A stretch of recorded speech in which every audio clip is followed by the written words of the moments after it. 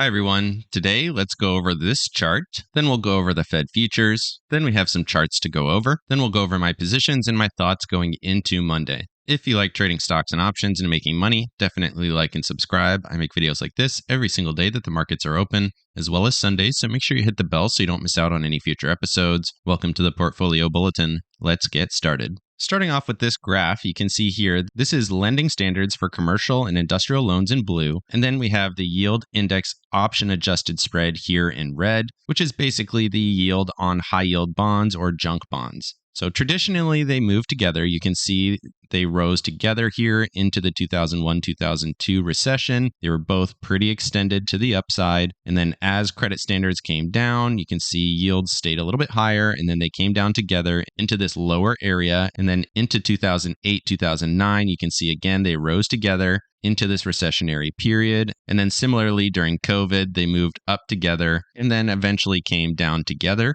And then what we're seeing here now is that they went up together to a point, and then the yield on high yields moved down and is basically consolidating in this area, despite the fact that the lending standard for banks and commercial loans have continued higher. So now we have a little bit of divergence here between these two standards, similar to what we had going into 2008, 2009. You can see during this early period in 2007, lending standards were going higher, but high yields were going lower until we kind of hit this inflection point, and then we started moving up higher. Now, the question is, did we see that inflection point here now? So we had a little bit of a dip, we continued lower, and then you can see the yield going up a little bit here. And if this starts to continue higher, and then lending standards also stay higher, you can see there's definitely a similarity to what we saw in the early stages of 2007 and 2008 into that recessionary period. So the recession wasn't called yet, just like right now. We had divergence between the two levels, and then they started to move up together. And if that's what this initial period is here, then we should assume that there's going to be more risk in the markets and that it's not quite priced in yet. That's not to say that that's the only potential case here. This could absolutely continue to chop in this zone. But statistically, even if they diverge, eventually they do start to move together, just like we saw here as well, where we continued lower. High yields kind of stayed flat as lending standards were going higher, and then they moved in the same direction, just like we saw here prior to this recession, and once again right before the COVID recession as well. So we're seeing that similar divergence where the yield on high yields is staying low, but lending standards is going much higher. And historically, these are going to move in the same direction, and then that's going to be the actual recessionary period. And if you've looked at the markets during these recessionary periods, and when these are moving in the same direction and going much higher, that's traditionally a bad time to be in the markets. Moving over to the Fed futures, you can see it's still a long way out here, about 5.5 weeks away before we get another Fed decision. But it's worth noting here that we're now at 83% chance that we get a pause. Last time we looked at this, it was about 50-50 between a pause and another hike. But now that has swung dramatically in this direction. And I don't look at this every single day until we start to get a little bit closer. There's obviously a lot of data that's going to come out before the next Fed meeting. But right now, it's worth highlighting that we're at 83% chance of a pause. It's pretty dramatic. That's much higher than we've seen here recently. And looking at the previous week's numbers here, you can see there also was a 25% chance that we could get a cut in May. So that has gone to zero at this point, and that all of that percentage has moved over into the pause scenario. And the probability of another hike has also gone down pretty dramatically. Moving over to June, they're still saying that we're going to be paused at that level. And then the next highest percentage is that we do get another 25 basis points in June. And then looking to July, pretty far out, you can see highest percent chance is actually a cut at that point. Going back to June, you can see highest probability is 4.75 to 5. And then looking at July, highest probability 4.5 to 4.75. So indicating that a cut is most likely in July right now. So it's interesting to see that. The Fed obviously has not signaled anything like that. And be aware that if markets do not get this cut, that's obviously going to be pretty bearish because this is what's being priced in right now. More favorable conditions to the markets. And like I said, if we don't get that, then we're going to be moving in the downward direction, in my opinion. Moving over to the charts, looking at the S&P 500 here on the monthly view, you can see we have a doji. We've put a wick through support. We've put a wick through resistance. And right now we're still stuck in the middle. So monthly close next week. If we do get a doji, obviously that doesn't give us a lot of information. Certainly could be a move down, doji, and then a move up. That would be interesting. But it could absolutely be a pause before we get a continuation to the downside. No major information here on the monthly yet.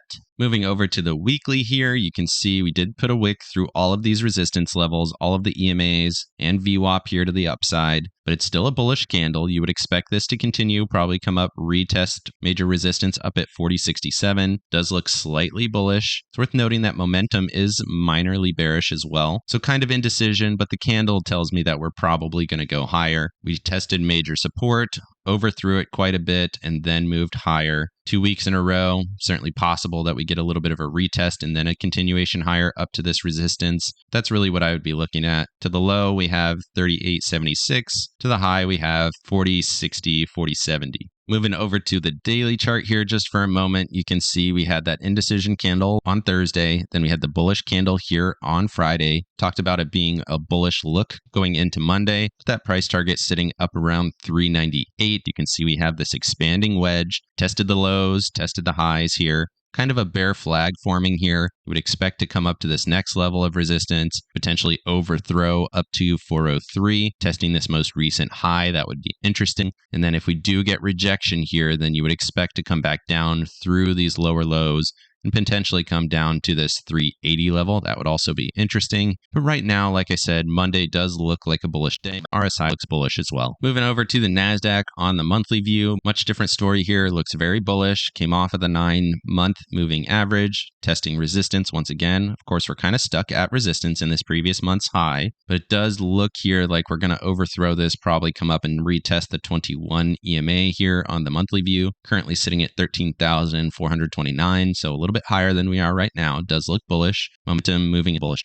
RSI also looks bullish. Moving over to the weekly view here, similar thesis. Look bullish. We're above all the EMAs and the SMAs, besides the 144 EMA, which is sitting right at resistance. So looking to come up and retest that, which is currently sitting at 13,077, right at this resistance level. So makes sense. Starting to see a little bit of struggle, momentum on the weekly view build. But of course, we have major resistance at this previous week as well. So looking to see whether we're going to break out above this level. And if we do, then we need to be looking to the previous high, sitting up around 13,700. Moving over to the daily chart here. You see we've been in this bullish pattern. We continue to hold here. Looks like a bullish candle on Friday, looking to that next upper level, 313.93, back at this previous high from Thursday. Certainly could come up and retest the high from Wednesday as well, sitting up around 315, 316. That would be interesting. But everything on the NASDAQ right now looks bullish. We didn't get a lot of volume on the Friday candle, which is a little bit concerning. You can see low volume on these two bullish candles as well, higher volume on these two bearish candles. That's a little bit concerning, but right now, all of the indicators say that we're moving higher here on the NASDAQ. Moving over to the Russell here on the monthly view, you can see we tagged support. We got some support there. We found a little bit of rejection, closed slightly bullish at the end of the week. But it is worth noting that the month is currently a step down. That's not what you want to see. RSI showing a little bit of bearishness as well. I've talked about this before. If we do break down from here, it's quite a bit of downside potential to that next major support level, which is about 16% downside from where we are right now. Obviously, the Russell is a little bit more at risk when we talk about the banking crisis and the current struggles with the Fed. So keep that in mind. Lots of risk here at this level. If it does break down, that's going to be very bearish. So keep an eye on the Russell. If it does fail, there's a lot of downside potential to that next major support on the monthly chart. Moving over to the weekly, we have a doji indecision finding support at that key support level. Certainly could hold from here, could see a move higher. We did throw a huge wick through this previous low in December, taking out all the stops. Certainly a situation where you could see potential move higher from this level makes sense. Once you take out all the stops, the market is ready to move in the other direction, as long as you find rejection at that support level, which it seems like we have. Momentum still looking bearish though, RSI still looking bearish. Again, if we break down from here, it's a lot of downside. If we do get a rally, probably looking at 183 as your upside, at the 200 SMA for your first resistance. And then if we get above that, then we're looking at probably 188 back at this previous high going back to November and the lows before we saw the bigger sell-off here in February. Moving over to the daily chart here, you can see we did get that support, had a strong move up on Friday. We didn't quite engulf the previous day, so that's interesting. We closed above the previous day's close, but if this is bullish, you want to see the continuation up to this 173, 174.50 level. That would be interesting. Really want the confirmation continuation here on the daily chart.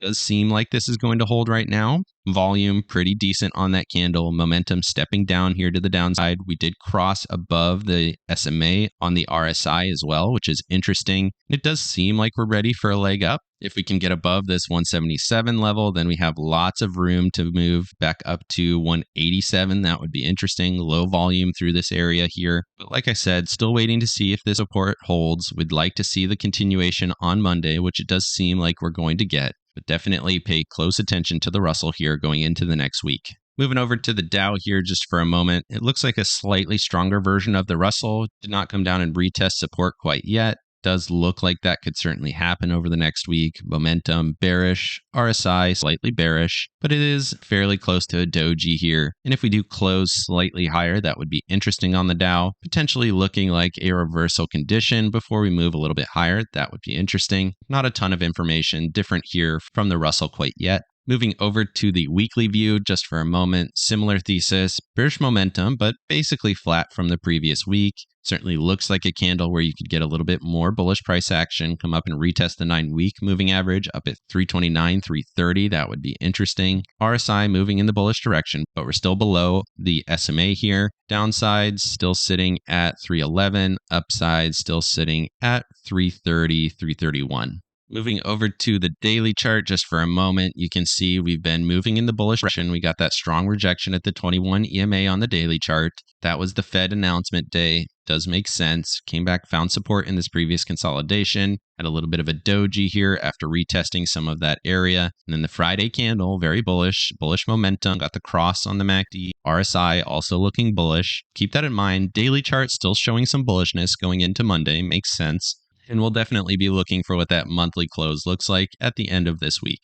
Moving over to the NASDAQ versus the SPY and the SPY versus the Russell here. You can see NASDAQ outperforming the SPY pretty strongly. We broke out of this bull flag going higher here. Similarly, the SPY is outperforming the Russell. We did hit a major resistance though. Jumping up to the 1-week view, you can see major resistance at that level. Does make sense. Certainly could see the Russell start to outperform, which does coincide with that thesis, where the Russell certainly looks like it found some support and could be moving higher, at least in the short term. That would be interesting. And go back to the NASDAQ versus SPY, does look pretty extended, definitely overbought here on the daily chart. We could get a little bit of a rollover and allow the SPY and the Russell to start to take the lead at least a little bit here in the short term. Moving over to the SPY divided by the M2 money supply, you can see here on the weekly view, we are losing momentum, continue to step down on those weeks. We touched weekly resistance, the same high going back to the end of November high. If we don't break above this level, you have to expect we're going to come back down to this level here. Looking at the percentage line, that's about a 2% move to the downside. If we do push up, then we're looking back at the 200 SMA sitting at minus 2%, which is about 3% higher from here. And then we have major resistance sitting just above that, about 4.5% higher than we are right now. It's also very similar to the August high. We'd have to see a pretty substantial change in momentum, though. You can see we've been trading up here quite a bit, and we're about to step down. You have to expect this is going to follow through and then maybe get a continuation, just like we did here, where you get a move down, satisfy that bearish momentum, and then get the continuation higher here. So if this rejection holds and then we come back down, looking back to the mid-December low, and then maybe even lower depending on what kind of reaction we see at that previous low. Zooming out here all the way to 2017, I just want to highlight that we are below the prices that we were trading from 2018 to 2019. That would be a pretty significant rally from here if we were to get up to those levels. And that resistance that we just tagged was basically the low here in June of 19, once again August of 19, and then September of 19, when you balance out with the M2 money supply. So we're trading in a similar range to where we were during that dip in 2018, which makes sense considering the fact that the Fed is dropping their balance sheet, at least up until recently. Moving over to the SPY versus gold, you can see we gapped down through that support level, through some wicks to that resistance, and now we're moving lower. We're definitely finding resistance, and it looks like we're going to go lower. RSI looks bearish. We do have to get below this previous low sitting at 21.28. If we do get below there, then it looks like we're going to support all the way down at 1960. But the thesis is still intact. It looks like gold is going to continue to outperform the SPY here, at least over the next week. Moving over to stocks above their 20-day and 200-day moving averages, you can see we had a low, a lower low, and then a higher low here on the 20-day average. Does kind of look like head and shoulders. Got to a very low level there just for a moment. We've had a little bit of a rally since then. It seems like we're going to go at least a little bit higher. We do have some resistance overhead, potentially going to go up to this 51.75 level, which does correlate with the short-term bullishness that we're seeing across the markets. Moving over to the 200-day average, though, you can see we're still making lower lows, have a little bit of a double bottom here at the support line, 36.23. This is a pretty major support. You can see we've interacted with it multiple times over the last few years. It is worth noting that momentum is starting to look almost bullish here. RSI definitely looks bullish. Got above the SMA, came back, retested, and looked a little bit more bullish. So this certainly could be going up higher, but right now remember that the trend is still bearish and that this is probably going to be a short-term reversal in my opinion. So we definitely have to keep an eye on this. If we do get a rally up into this 47.70 area, back at the 21 EMA, certainly looks interesting. And then if we can get above that level, then the bullishness is still intact. But if we do break down back to this previous low or lower, then we have to watch that as a potential scenario as well. Moving over to the put-call ratio just for a moment, I want to highlight these last couple candles going back to Friday the 17th. Just look at how much volatility there's been in this index here recently. So still at a reasonable level, down at this 1.1 area. But these huge wicks to the upside, to the downside have been pretty dramatic. Lots of volatility. So the last couple weeks have been very volatile, significantly more volatile than we've seen recently. There's lots of movement in this chart, but if you look here recently, the kind of wicks that we've seen over the last couple days are very unusual, so keep that in mind. It has been historically volatile over the last week or two, and it does seem like we are starting to trend higher, indicating that we could see a little bit more downside here over the next week to 2 weeks. Moving over here to Apple and Tesla on the weekly view, you can see Apple at key resistance here. We have this trend line going back multiple months here, as well as this upper trend line going back all the way to December, marking the August high, and then once again marking this high. We expected to get into this 161, 162 area. Now the question is, can we continue to rally? Can we maintain this momentum and push up to this next resistance? Next major resistance, in my opinion, is up at 185. That would be interesting. But of course, we have key volume here at 172, 173 as well, going back to this consolidation from February and March of 2022. So watching those two levels to the upside. If we do break down, then we're looking back down to 152 and then 146.50 at those key levels. Looking at Tesla, similar thesis at resistance, looking to see if we can break through resistance. If we do reject off this 193.50 level, then we're coming back down to VWAP, in my opinion, down at 168.50. We also have this wick going back to the week of 30 January, down at 162.80. And then looking at the MACD, you can see we're on decreasing momentum, but RSI still looks relatively bullish. So that's interesting. Decreasing momentum on the up move here, that's interesting as well. But right now we do have 2 bullish weeks in a row, and it certainly could continue into next week. Moving over to consumer staples and consumer discretionary on the weekly view, you can see momentum on staples looking bullish. 2 pretty solid bullish candles. Nice bullish close, momentum looking good, RSI right at the SMA, so that's interesting. But if this does break out here, then we're looking up to 77.50, previous resistance here, where you have a low, an even high, so you have a double top, and then a nice higher low potentially, pushing back up to that same resistance, looks good. And then looking at discretionary, we have quite the opposite, so we have a high, we now have a little bit higher low here, which is interesting. But this is a very solid wick rejection here on the weekly view. came up very close to that zone of resistance that we talked about. Momentum stepping down here, and if this continues to move lower, coming down to retest this 126.50 level, that would be interesting. Certainly should be some support at 135 going back to these previous lows here. But like I said, long-term bottom down at 126.50, 127, and this could certainly be that solid rejection that we're looking at. Clear divergence here between staples and discretionary going into the next week. Moving over to transports here, you can see we were in this channel, and then we kind of broke down here. We gapped through it, through a wick to the upside, and then we've gone to this next level of support. So the channel is broken down, but like I said, we're watching this support momentum bearish. But if we're going to bounce, you would want to bounce now, and you'd like to get back above this resistance line up here at about 223, 224. Get back into the zone, and then we push higher. That would be interesting. But if we are going to break down here, you could see at least another week where we hold in the zone. But if momentum holds up the next week, then break down and you're looking at this previous low down here at 197. If do break down below that low, then you're looking at a trend low much, much lower down at 197. So pretty interesting here on transports. You would expect that we're going to go lower. And like I said, if that does happen, there's a couple of levels to the downside, which are quite a bit lower than where we are right now. Moving over to semiconductors here on the weekly view, you can see still looks very strong, but we did have a pretty decent wick rejection at this previous highs, which did hold here. You can see we closed pretty much right at that level. We threw a wick to the upside, almost to that resistance level, but didn't quite get there. Certainly would expect a push to that level one more time. One of these multiple wick situations similar to this as well, where we come in, test it a couple times, and then we get a bigger sell-off. Certainly interesting, could happen here on the weekly view. But right now, you have to say that this is still very strong. Momentum bullish, RSI bullish, continues to make new highs here. And zooming out, you can see there's a key volume node up here at 266, 267, sitting right at that trend line as well. So certainly could go up there, retest that, and then we get a bigger wick rejection.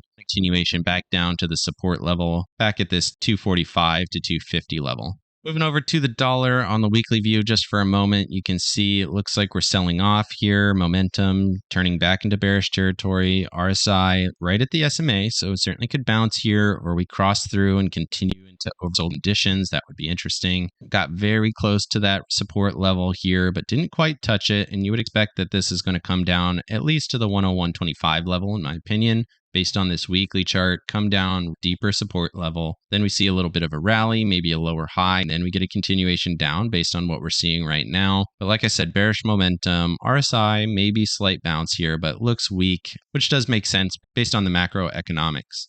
Moving over to JNK here on the weekly view, you can see this still looks very weak. We threw a wick to that resistance level. Looks like we're probably going to get rejection. We have the 55-week moving average sitting up here as resistance. Couldn't get above it. Couldn't even really test it here in January. And then we sold off. Throwing a couple wicks here. Maybe we get a little bit higher up to $92.90, $93. And then you would expect that to be met with sellers potentially. And then we make it a lower low based on that. That would be interesting. But right now, JNK looks weak in the medium term. Certainly could get a continuation, just like we talked about on some previous charts, where we get a continuation off of this wick, retest $92, and then we get a rejection. That would be interesting as well, allowing the RSI to come back up, retest the SMA, and then get the continuation down, and then start to look at these previous lows here down at 86.75. That would be interesting. But overall, if JNK breaks down, we have to expect that the overall markets are going to be breaking down as well. And it's also worth noting that JNK is not rallying the same way that we've seen in the NASDAQ. Moving over to TLT here on the weekly view, pretty much everything looks bullish here. So we're coming off of the 9 EMA and VWAP sitting down at 104.63. Nice wick to the downside, closed pretty bullish here. Momentum bullish, RSI slightly bullish. Not a ton of volume. You'd like to see a little bit more coming up to retest the 55-week moving average up around 110.46. That would be interesting. If you've watched the daily videos, you would know we're basically sitting on that 200-day moving average. But on the weekly view here, we're looking at the 55 at 110.46 as the next level of resistance. And it does seem likely here that we're going to get a push up. So we have a low, higher high, higher low. And then we had a slightly lower high, but still a higher low here. And now, if this is going to push up and continue the trend, it really needs to do it basically now, this week or next week. And zooming out to look at that volume profile, you can see lots of volume up here at 115, this next node of highest volume. That's really what we're looking for in terms of a price target. Moving over to the VIX here on the weekly, just for a moment, you can see we had that big red bar coming off of strong resistance. We are at the midline holding support, which is interesting, but it seems more likely that this is going to continue lower here, momentum stepping down. Usually when we get that step down, we get a pretty decent continuation. Pretty low already, but I would certainly look to see if we're going to retest 1850 back at these previous lows. And then we have the trend line sitting down at 1615. If we got that low, that would be pretty surprising to me. We could absolutely reverse, but based on my thesis, it seems like we're going to see at least a little bit of a pullback, maybe down to just this lowest wick here from last week down to around 1990 or 20. That would be interesting. But based on the MACD, it seems like we could get a week or two of downward price action on the VIX. Moving over to my positions here, you can see I have a short put spread here on the IWM in my IRA position. Like I said, I think we're going to get a little bit more bullish price action. And I also have two short puts here in the QQQ for $1.07 each. So looking to make a few bucks on a little bit of a Monday rally, at least on my swing positions here. Let me know down in the comment section what you think of the charts or what you think of the overall macro environment. Definitely like and subscribe if you got any value out of this video, and make sure you hit the bell so you don't miss out on any future episodes. Of course, none of this is financial advice. This is all for entertainment purposes. Good luck in your trading and have a great day.